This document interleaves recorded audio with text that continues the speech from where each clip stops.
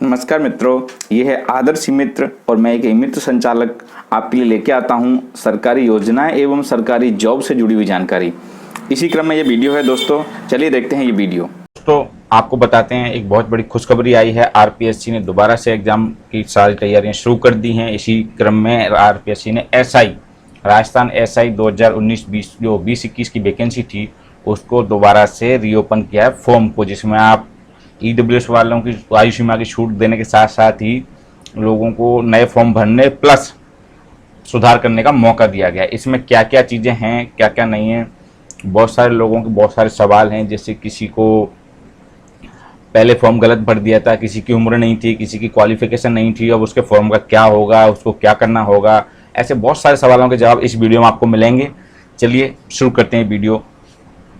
देखिए दोस्तों, सबसे पहले मैं आपको बताता हूँ 7/6/2021 को नोटिफिकेशन आरपीएससी ने जारी कर दिया है। इसमें बताया गया कि जो 20-21 की जो परीक्षा थी उसको कार्मिक विभाग के आदेश क्रमांक इतने के अनुसार जो है आर्थिक एवं कमजोर वर्ग ईडब्ल्यूएस के अभ्यर्थियों को आयु सीमा में छूट प्रदान किए जाने एवं राजस्थान ये वाला एक और अधिनियम है, इसके अंतर्गत 3 वर्ष की छूट प्रदान किए जाने व प्रपत्र संख्या इतने के अनुसार आयु फीस में छूट देने 3 छूटें मिली हैं। इसमें ईडब्ल्यूएस को आयु सीमा में छूट, बाकी सभी अभ्यर्थियों को 3 वर्ष की छूट और ईडब्ल्यूएस को फीस में छूट।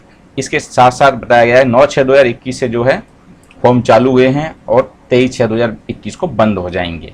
इसके बाद बात कर लेते हैं आपके सवालों के जवाबों की। चलिए, एक और इसका विस्तृत विज्ञापन आया है, वो ये है।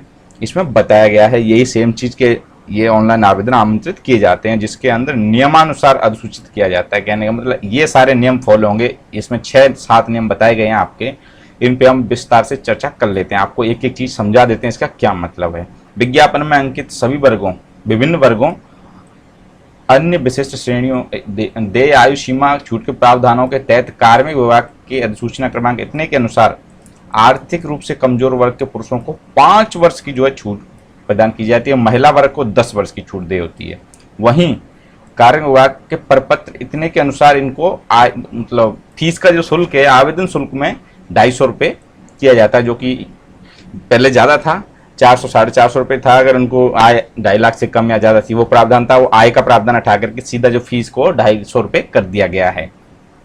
बताया गया विज्ञापन में अंकित विभिन्न वर्गों अन्य श्रेणियों हेतु दे आयु सीमा में छूट के प्रावधान को नीचे अंकित नोट क्रमांक 1 के अनुसार प्रतिस्थापित किया जाता है। कहने का मतलब इसके अनुसार इसको क्या प्रतिस्थापित कर दिया गया है। इसके बाद एक और चीज बताई गई है, कार्यालय इसके पुलिस अधीन सेवा अधिनियम इतने इसके प्रावधान के अपवादिक प्रकरण मानते हुए सभी आवेदकों को ऊपरी आयु सीमा में जो है छूट दी गई 3 वर्ष की। देखो साफ साफ लिखा है सभी आवेदकों को, कहने का मतलब इसमें किसी कैटेगरी का सीन नहीं है, सभी को 3 वर्ष की जो है छूट प्रदान की गई है, दे होगी। बता दिया गया इसके बारे में उक्त अभ्यर्थियों को आयोग के पोर्टल पर ऑनलाइन आवेदन इतने से ये मैं आपको बता चुका हूँ ऑलरेडी। इसके बाद बात करते हैं आवेदन पत्र में संशोधन। किसी ने पहले फॉर्म गलत भर दिया था, बाद में याद आया क्वालिफिकेशन नहीं थी, उम्र नहीं थी, उसके बारे में क्या बताया इन्होंने। देखिए, फॉर्म सबमिट किए जाने के पश्चात एसएमएस के जरिए सूचना भेजी जाएगी। किसी प्रकार की विसंगति होने पर अभ्यर्थी ऑनलाइन आवेदन की अवधि के दौरान एवं आवेदन प्राप्ति के अंतिम तिथि के 10 दिवस के भीतर, इसका मतलब यह है कि जैसे फॉर्म चालू होंगे उस टाइम पर भी आप संशोधन कर सकते हैं और आवेदन लास्ट डेट निकल जाएगी उसके 10 दिन तक आप जो संशोधन कर सकता है। ये साफ साफ इसमें लिखा हुआ है। इसी प्रथम चरण की परीक्षा प्राप्त, इसके साथ साथ ही क्या है, पहली जो प्री एग्जाम हो जाएगा उसके पश्चात आवेदक को ऑनलाइन आवेदन में संशोधन करने हेतु 10 दिन का जो है एक अवसर प्रदान किया जाएगा, जिसके अंतर्गत अपना नाम, फोटो, हस्ताक्षर और परीक्षा केंद्र के अलावा अन्य संशोधन कर सकता है। मतलब 2 बार आपको मौका दिया जाएगा, अभी पहले फॉर्म भरने से पहले, फॉर्म भरते टाइम, फॉर्म भरने के बाद 10 दिन और प्री एग्जाम देने के बाद भी 10 दिन आपको मौका मिलेगा। इसके बाद भी अगर आप गलती नहीं सुधार पाए तो फिर आपको तो ऐसा बनने का कोई हक ही नहीं है। इसके बाद बात यह है कि बाद में आपकी स्वयं की जिम्मेदारी होगी, इसमें आप बाद में कोई अफसर इसमें अन्य अफसर दे नहीं होगा। इस संबंध में अभ्यर्थी को आयोग की वेबसाइट का एक इंस्ट्रक्शन है, इसको पढ़ लेना चाहिए। इंस्ट्रक्शन मैंने पढ़ा हुआ है, उसमें यह बताया गया है कि भाई 2 बार मौका दिया जाएगा संशोधन में। इसके बाद बात करते हैं जिन अभ्यर्थियों को पूर्व में उक्त पदों हेतु आयोग द्वारा विज्ञप्ति के इतने 3 के तहत ऑनलाइन आवेदन किया जा चुका है उन्हें पुनः आवेदन करने की आवश्यकता नहीं है तथा उन्हें पूर्व आवेदन के समय विज्ञापन में उल्लेखित शर्तों की पालना पूरी करने के आधार पर पात्र माना जाएगा। एक चीज का बहुत ध्यान रखना, ये लाइन बहुत इंपोर्टेंट बताई गई है इसमें।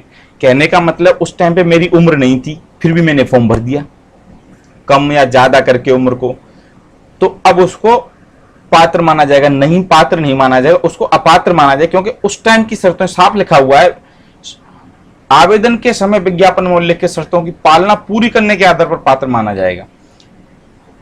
पूर्व में आवेदित अभ्यर्थी अपने आवेदन में संशोधन कर सकते हैं। अगर आप अभी संशोधन कर देंगे उस चीज को, जैसे आपने डेट ऑफ बर्थ गलत डाल दी थी या आपने क्वालिफिकेशन गलत डाल दी थी, परसेंटेज गलत डाल दी थी, उसको अगर आप सुधार कर देते हैं तो आपको पात्र माना जाएगा। उसके बाद सुधार नहीं करते हैं तो उसके अकॉर्डिंग उसको अपात्र माना जाएगा। ये बहुत बड़ी इसमें पॉइंट बिल्कुल क्लियर किया गया है, बहुत अच्छी बात है, सरकार ने ही कर दिया है।